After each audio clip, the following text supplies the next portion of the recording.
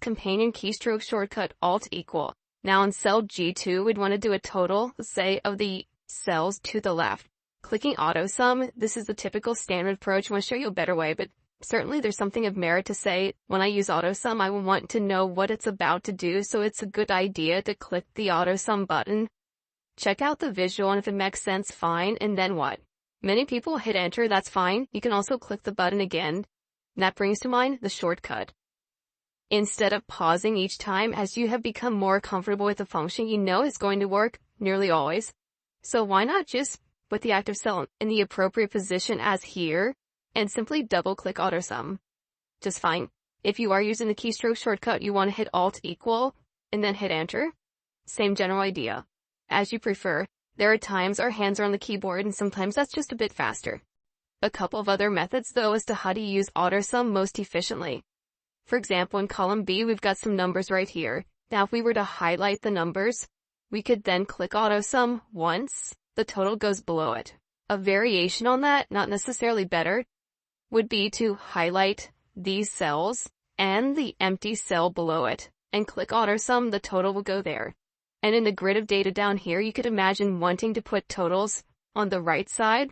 One method would be to highlight these cells, just like this, click AutoSum once, we've got totals on the right. And would be hardly any better to say that highlight these, but it would work the same way there as well. You only need to hit AutoSum once.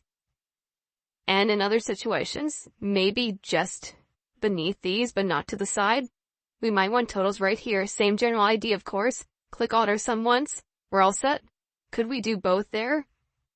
On the bottom, as we just saw, and on the side? Sure could. If we highlight these cells like this and click AutoSum, we're going to get totals on the bottom and on the right-hand side automatically. And don't overlook this possibility, as I do undo here. If you really need an average across the bottom and on the side, hit the drop arrow to the right of AutoSum as it appears on the Home tab in the editing group. Click the drop arrow, choose average, and now we have averages both below and to the right, so the average is here, of course, as you would expect. Averaging up the cells to the left, and down here, for example, averaging the cells from above. And that goes for the other functions that are available off that button as well. So, the AutoSum button and/or its keystroke shortcut, Alt equal, certainly can be used more efficiently than you might have been using them. It's a great time saver. And keep in mind, too, that in other kinds of data, you can use the entire column reference where appropriate. And by the way, here's one quick use of AutoSum that may disappoint you. This particular set of information here involves adding up times here to get the totals. Interestingly enough, if you were to highlight this data, you will see in the status bar at the bottom of the screen, the total is 27 hours and 38 minutes. Now, I'd like to also show you where AutoSum doesn't always do what you want. And you could say this is the fault of another aspect of Excel, but suppose you wanted to total these hours here. If they're highlighted, you can look at the bottom of the screen and see that they add up to 27 hours and 38 minutes. By the way, it could be minutes and seconds as well, but it says hours and minutes.